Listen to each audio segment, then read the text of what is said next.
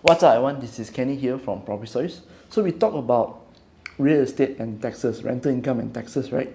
And some people be wondering, what if you have multiple properties, okay, under your personal name that is receiving rental income? How do you declare your rental income? Okay, actually it's the same thing. We talk about rental income, right? When you look at your Borang BE or Borang B, I'm using BE here because most of us are employees. So BE, you will see only one column, pendapatan sewa, as I can show you on the screen here, pendapatan sewa. So what this means, right? There's only one column, you only declare net gain, okay? Net gain again. If you lose money, zero, you don't make money, then this remains as zero, okay? So let's just say now you own two properties, property A, property B. The whole year, property A net rental income after less off all the allowable expenses is 500 ringgit. The same goes for property B, 500 ringgit net. So you go to this column here, what you now put is the combination, which is 1000 ringgit, okay? If you have 3, 4, 5 properties, it's all net. Same scenario, again you have 2, but this one earns you 500 ringgit a year.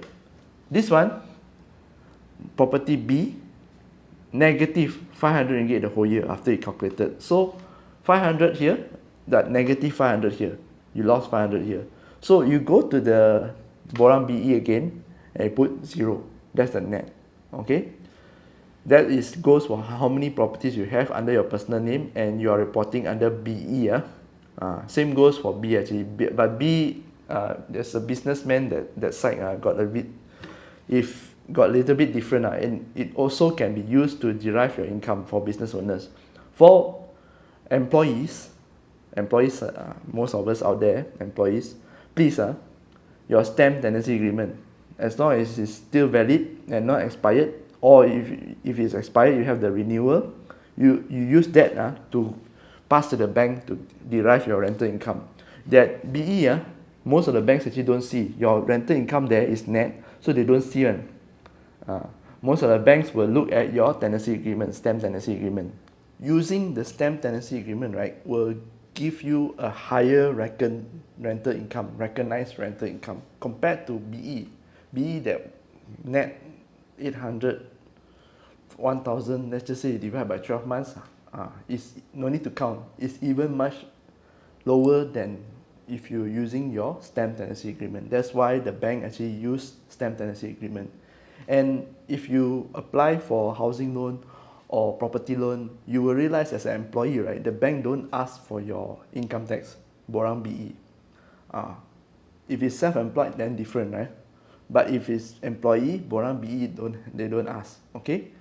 If you got any further questions regarding whether tenancy need to stamp or not, if got 2 people, how the rental income is calculated, and all these further questions that you have in your mind regarding rental income. Actually, I did a video previously on rental income where I actually explained a bit more detail on how the bank actually sees the rental income. Perhaps you want to check out the video, I will put it up there. Just store the link up there, so you can see the video, and then you will better understand, okay? So with that, I want to say that if you have any more further questions, I'm not a tax expert, and I'm not a tax consultant or accountant, so please, whatever I shared with you is based on my own experience. If you're not sure, I highly recommend that you actually call LSDN or email HDN. Trust me, they are very accommodative and they will want to assist you with your tax, okay? You're filing your taxes. Just give them a call. So with that, I want to say that if you have any more questions, I will appreciate that you actually leave the questions down below. In the comment section down below, it will help the algorithm reach more people. And if you have not subscribed to the channel, do hit the subscribe button. And I will see you again next video. This is Kenny here from Property Stories. Bye-bye.